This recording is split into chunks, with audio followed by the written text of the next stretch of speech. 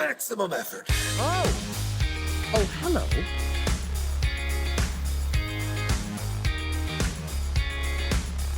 Greetings and welcome to another exciting episode of the Why Love Disney podcast. We are here with David and Easton, and they have some exciting adventure to talk about today. Easton's been waiting for this for months and months and months. They have finally seen the new Deadpool Wolverine movie, and we're here to talk about it right now. Just for the record, I have not seen it yet. I have plans to see it this weekend with my oldest son and some of his friends. So they're going to try as best they can, I think, to be spoiler free. But hey, don't worry about me, guys. Don't worry about me. Worry about the listeners. All right. So we don't want to spoil it for them. I'm a big boy. I can take a few things here and there. So don't be too vague. We want to hear your no holds barred opinions on what you saw. And I'm really curious because I know how excited Easton was and how big a fan he was of Deadpool, and how not a fan, or I won't say not a fan, that may not be fair, but just how that's not really your world or what your typical. David was there for research purposes. We'll put it that way. I was there to cover Easton's eyes. There you go. Exactly. So let's get to it. I think we should start with Easton. What did you think of the film? And did it meet your expectations? Did it surpass them? Did it not live up to? We want to know what you thought. What's your initial reaction? Well, my initial reaction was I personally felt like it exceeded my expectations. But I think that's because I worked very, very hard leading up to the movie to not see anybody else's kind of what they thought was going to happen, who they thought was going to show up, anything like that. Avoiding spoilers. So all I knew was what I saw in the trailer.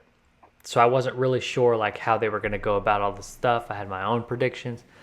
And I think that they did an incredible job with it. I was kind of nervous that Disney was going to mess with Deadpool's character and kind of make him not as much as he usually is.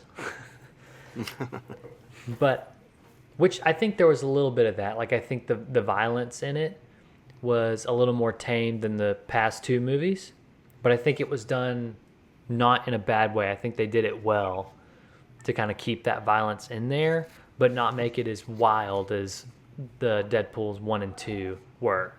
So if you're a fan of blood, you're still getting plenty. You're going to be super happy. If you like the violence, you get the violence. If you like the violence, you get the violence for sure.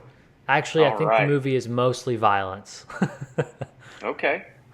A lot of violence. All right. You know, it is interesting. You know, old Marvel movies, you have the Battle of New York, and you have, like, people dying by the thousands. You never really see a lot of blood. You know what I'm saying? Like, Right. So I guess we're maybe getting a more realistic take. I don't know. How would you talk about it, David? I think there was a lot of blood, but it's still cartoonish at the same time, or that's the wrong word. Comic book. It's real. It's blood, but it's not realistic in like a true movie. Like, I don't know how to describe it. It's just. I mean, sometimes there's laughter happening in a gruesome scene, which is strange, you know. So it's just different. There's blood splattering on things, but it has a comic book like effect. Whereas opposed to if you're watching something like a war movie, What about Daredevil? like a war movie, no, it's different. There's a different intensity to Daredevil. That's why we talked a little bit about that last night. You know, even Marvel. An Endgame or Infinity War, there's an intensity that's just, it's serious. There's drama, there's tears, there's hurt, and like you don't really. It's different. Like every time you think there's gonna be hurt, it moves so quickly. Like he doesn't ever linger in anything like that. So I think that's one reason. You know, you don't have time to really think. Wow, that would. If that really happened, that would be extremely painful. You're laughing at where he stabbed somebody. You're laughing at that, and you don't really have time to think about that, because you just don't. I mean, they do things that are in a way that you just don't see in another movie. You know, you're just not going to see somebody hit somebody there. That's that kind of thing. So it's a lot of that kind of humor. All right. So tell me what you thought, David. What did you think? Did you like it? Did it Yeah. meet your expectations? Surpass your expectations? Well, I mean, I think it's yeah. I mean, they're great. They're great characters, and you get to see Wolverine, and there was a lot of fun in hearing out his story. And I thought how they used the.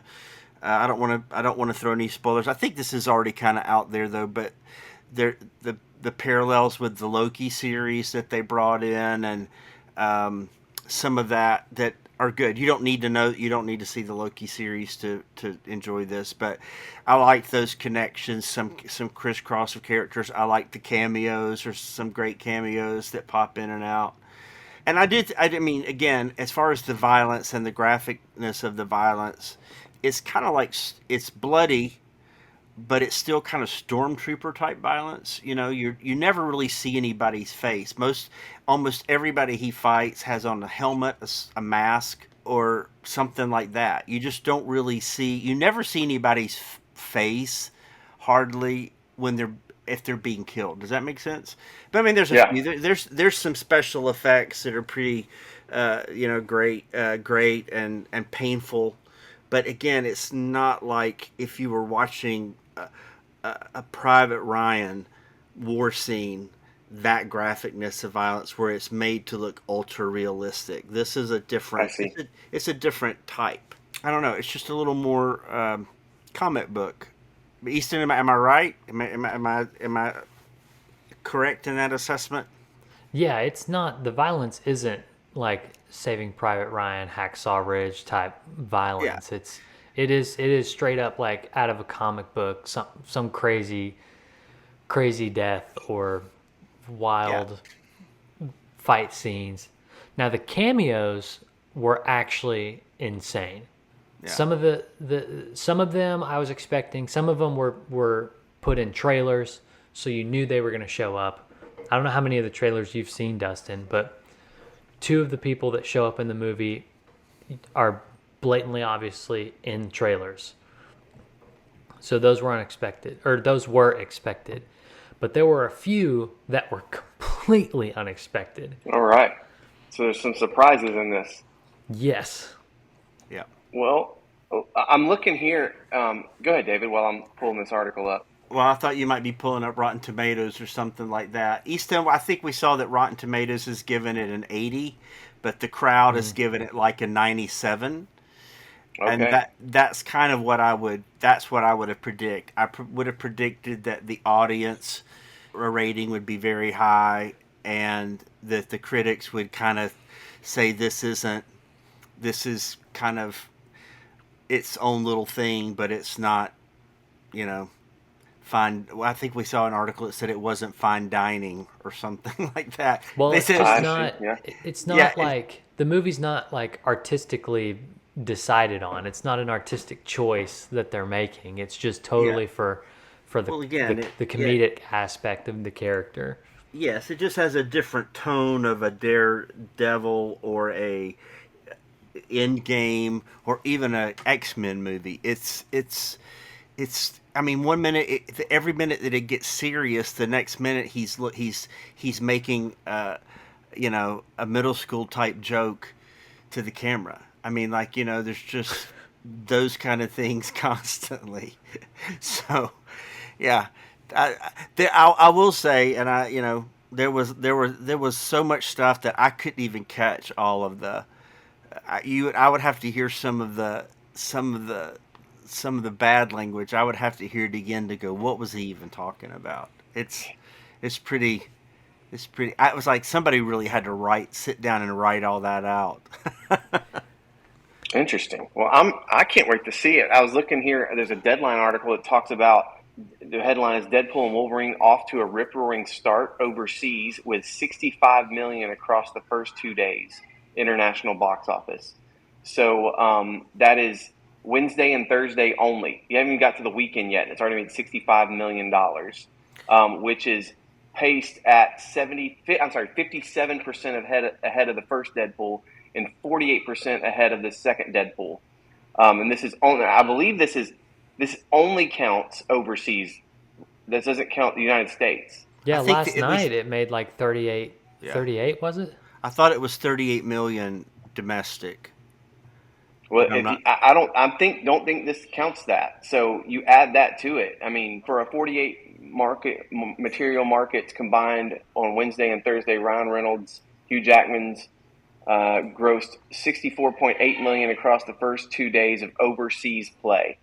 Latin America was the biggest market. Mexico, Brazil, and Argentina was the biggest opening day in Latin America. The highest opening day of this year for Austria, Belgium, Denmark, Netherlands, Norway, and Switzerland. It's pretty fascinating. I want to know in all those markets how they translate all that middle school humor. Like, how do you translate that? How do you translate all that? Uh, that the R-rated language. How does that translate? Do they translate it literally, or do they are there other expressions in other countries where that just translates out? It was that would be interesting to think about in all those languages.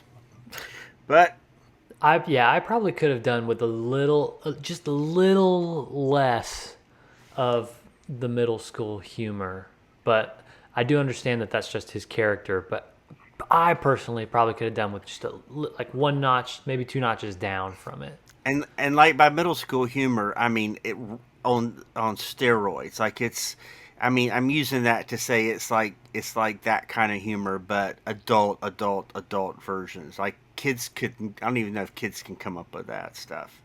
It's it's pretty. So it is definitely. I do think that's the as far as a family. I mean, you know, MCU kind of stuff. It's totally not that. And you know, I wonder how many parents will still take kids to see it. Because you can still take a kid. You can still take a kid to see an R-rated movie. That's. I think you can't take a kid under 6 to an R-rated movie, but you know, there's going to be a lot of kids that still see. Yeah, I don't think there were any kids in our theater. Yeah, but we also saw it late, and I That's just true. know that. I mean, there are people that let their kids see, you know, slasher horror movies. Just, I mean, people have different parameters. You know, what one parent thinks is too much, somebody else thinks is funny, and Right. so Yeah. you Yep. know, I would not suggest this for kids at all. I think actually I would Yeah, say if I would be surprised, I doubt Ryan Reynolds and Blake Lively let their kids see this. probably right. And again, my 16-year-old and his friends, I'm supposed to take them on Sunday. Yeah. Would this be like too much for them, you think? Or yeah, they're 16. It just depends on it just depends on the kid. They're gonna you might have I don't know. I don't know. Well, you just let it go or you explain it later. I mean, I you mean, know. my kids, so my older kids have seen like The Shining, and they've seen, movies, classic horror movies and some things like Gladiator and Braveheart and things like that, right?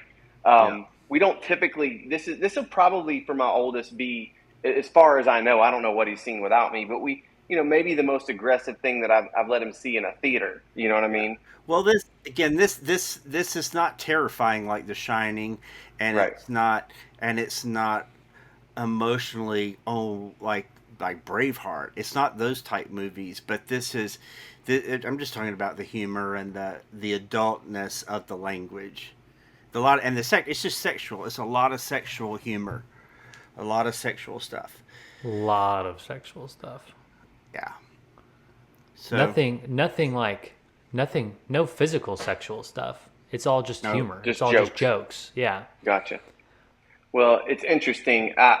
Coming in with that much money, if we're at $100 million already, all right, let me ask you, um, do you think that Deadpool will become the highest grossing R-rated movie of all time, surpassing the Joker's just over $1 billion? Do you think it hits $1 billion?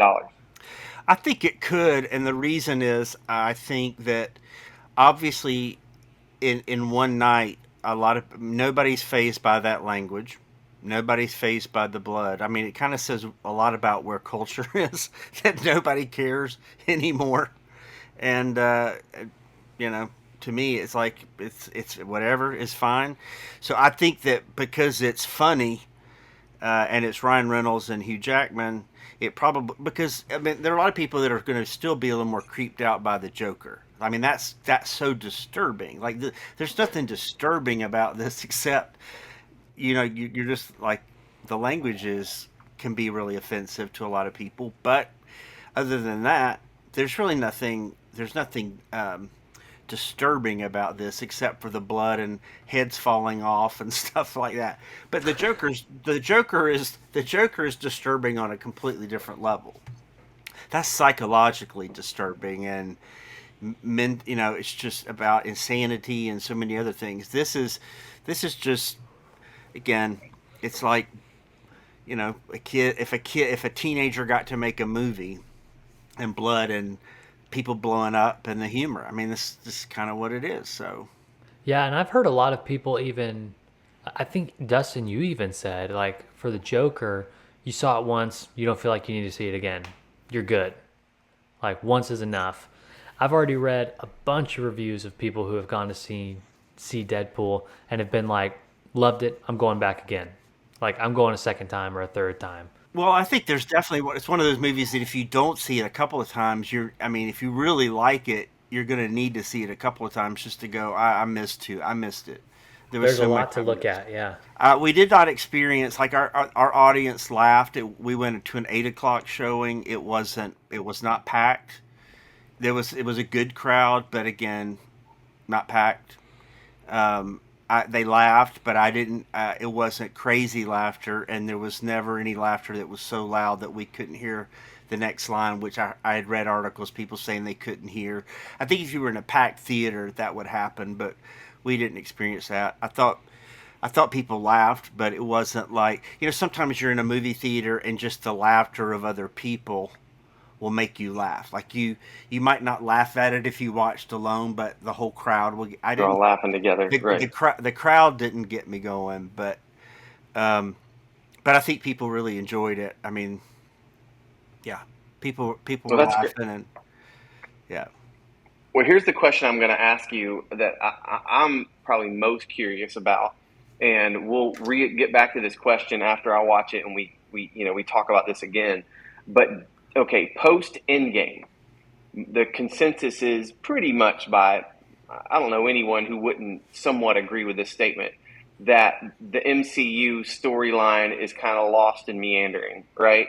That it's kind of lost its magic. Like post Endgame, that's kind of you'll never trump that, right? We had Eternals, you've had the rings. What's the Shang-Chi. Shang-Chi? Yeah, you have the series Loki and WandaVision and those on Disney Plus. You've had Multiverse of Madness. You've had the Marvels. Other things that just haven't quite worked really well.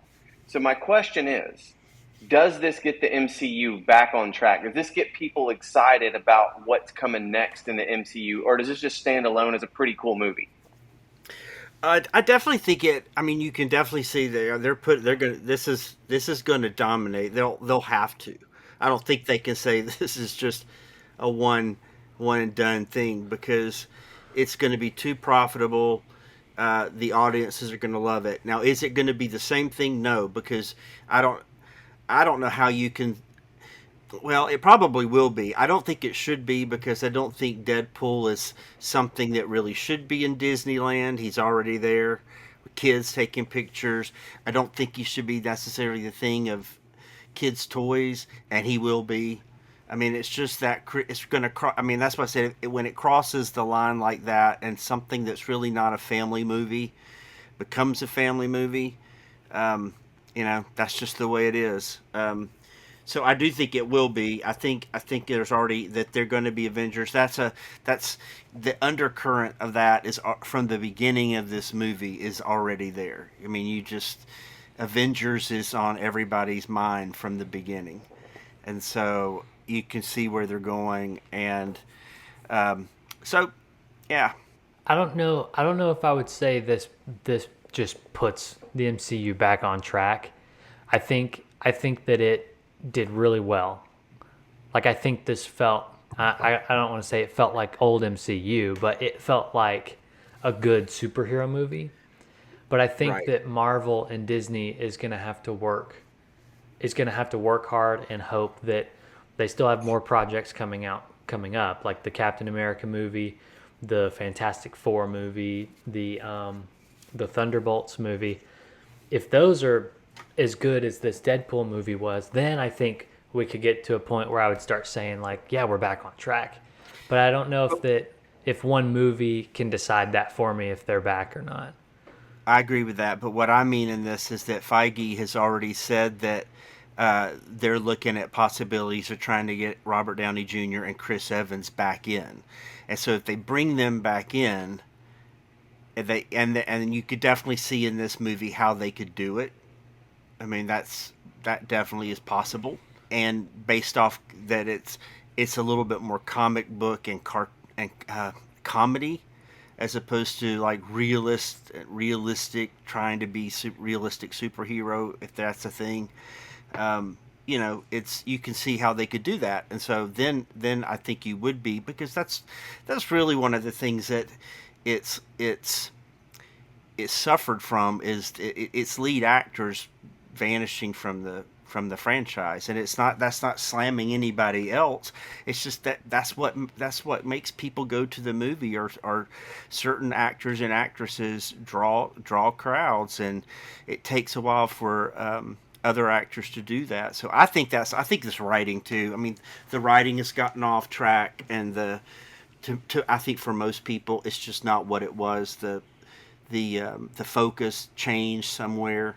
So not that I didn't enjoy some of those movies, but I definitely could see how this is getting back towards what the majority of Marvel fans, minus the fact that it's not really a family franchise, but that it could get there. Well, and I think, yeah, it does. And I ask that because I think they're making an effort to sort of get things on track and people excited about the MCU, because up till this point, Deadpool and X-Men have existed adjacent to the MCU, right? Yep. You've never seen Deadpool show up, in an Avengers movie, right? You've never seen until Multiverse of Madness, you had never seen an X-Men. Yeah. In an MCU thing, right? And that was even in a parallel universe context kind of deal. So this would be like, is this, correct me if I'm wrong, the first attempt to rope these characters into the MCU? Having not seen it, but assuming there's some cameo and crossover with the Loki series, things I know, right? Is this the first attempt to draw these two very popular characters? Maybe you have Ryan Reynolds and Hugh Jackman that could give you the star power that you lost when Chris Evans and Robert Downey Jr. Exited. Is that fair to say? I think so. I mean, we had a crisscross with Daredevil coming into She-Hulk. Yeah, but those aren't nearly the same. No. So yes, these two. I think this is the first time, and that was one of my favorite things in the movie was the nods to 20th Century Fox and Disney, and the breaking the wall and just talking about it right out in front of the camera. Yeah. Does he ever say, Bob Iger, you suck. Get your stuff together? Did he say that on? Did they let him say that? Yes. No, he doesn't. He says it, but it would not be that tame. Of Elon Musk. Yeah. No, it would be a lot. It would be a lot tamer. It would be a lot more graphic. Yourself. Yeah. In the words of Elon Musk. No, he doesn't. He never gets mentioned, but the company does, and there's little references here and there, and that's when it was. Those were fun. They're kind of early on, but then it moves on. It's kind of it pops in there every now and then. That's pretty cool. So you guys, let's say out of 10, 0 to 10 rating, what would you give it, David? Gosh, I'm not good at that. I'm never good at. I'm just not good. You should do mouse ears. 0 to 5. I probably would have stuck. I would have been a little bit more like Rotten Tomatoes and stick with like a 7 or 8 for what it is. Now, compared to other things, it's just not an end game. It's not my favorite thing. I just really don't. I mean, the violence really wasn't that. It wasn't like, if you don't like blood and stuff like that, It's just not like that. Like you're not gonna. I don't think most people would have to turn their head because again, there's such a comic book feel to it. It's graphic, but then it's not. It's not like if you were in a Halloween movie and somebody's head came off. I can't describe that. To me, it was just different. It's just a different thing. But I think again, I do wish that they could figure out a way to do things like this with maybe two different edits for the language, just so you didn't have to, if that stuff is offensive to a lot of people, that it could go. But they didn't do it. So that's what I was saying earlier. I wonder, like in China, will he still be saying those things in the edit in other language? In other languages, will he still be saying the same thing translated into other languages, or does it just get cut? I'd be shocked if they say those things in China. In other markets, I think we probably get a much more graphic version than anybody, but we'll see. I think I'm gonna have to go like an 8 or 9. I think I would give it probably even as much as like a 9.5 or a 10, but like I said, I think it was just all the sexual jokes. While a lot of them made me laugh, I think it was just a little too. It was a wash in sexual jokes. Yeah, had a lot of it in there. That was our word. Our word. The wordle for the day was awash. Awash. So we've been using the word awash today. Like it was awash with this. It was flooded. I was going to say, do you think Deadpool should be in Disneyland parade? See, here's the thing. I remember most 7-year-olds, I think, don't really know who Deadpool is. Because they haven't seen the movie, right? So why would you put him in a Disneyland, electric parade? Yeah, you know what I mean? Like maybe in Epcot. Maybe you put him in Epcot. Maybe you put him in Hollywood Studios, but not Magic Kingdom. You know what I'm saying? I do remember though. I do remember distinctly. I can't remember which one of my kids, but one of my kids came home and said his favorite comic book character was Deadpool when they were like 7 or 8 years old. And I was like, you've never seen Deadpool. You don't have no idea who that is or what he does. They've never seen a movie. They've never even seen a comic book that had him on it. It is just somebody at school had been talking about how cool Deadpool is. And maybe that's what made it cool is because, he wasn't Spider-Man. He was more obscure. So he is out there in the lore. Like there is like a cult following of coolness about Deadpool. And honestly, he looks cool. Like his emblem's cool. His mask is cool, his whole look. And then Ryan Reynolds, they love Ryan Reynolds. So knowing that he's that guy too, kind of adds to the popularity of it. But no, I would say if I were making the call, I would not put him in a Magic Kingdom parade. I wouldn't do it. I don't think he fits there.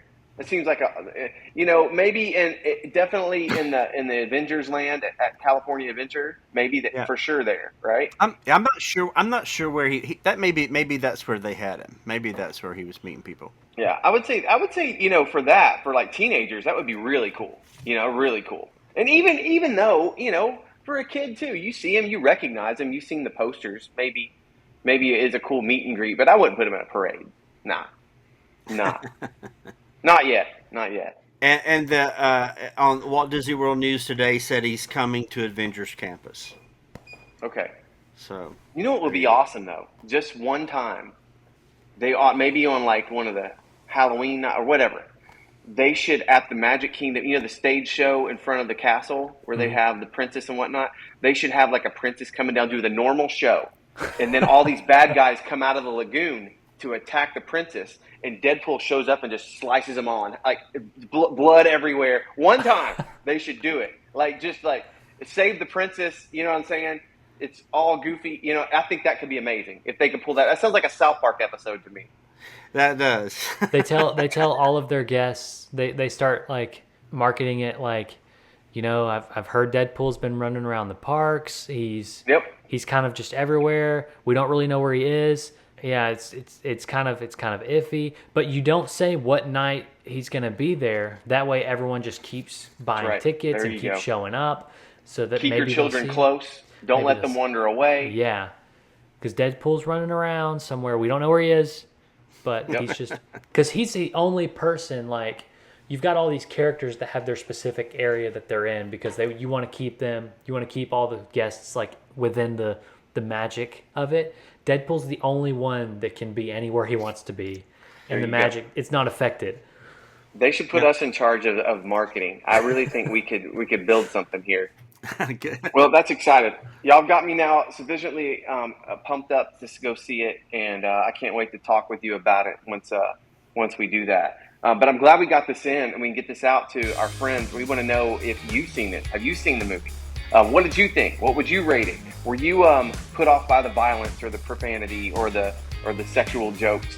Or did you think it was right in line with Deadpool, and did you love every second of it and think it's right on brand? And are you excited to see these characters in the MCU in the future? Do you think this puts the MCU back on track? We'd love to hear from you. Get a hold of us at whyIloveDisney.com and also through the social media channels. I think we have an Instagram and a Twitter of the same name. So hit us up. As always, leave a 5-star review on Spotify or Apple Music. Can't wait to get back with you next week, and we'll talk to you soon. All right, man. Thanks a lot. Later.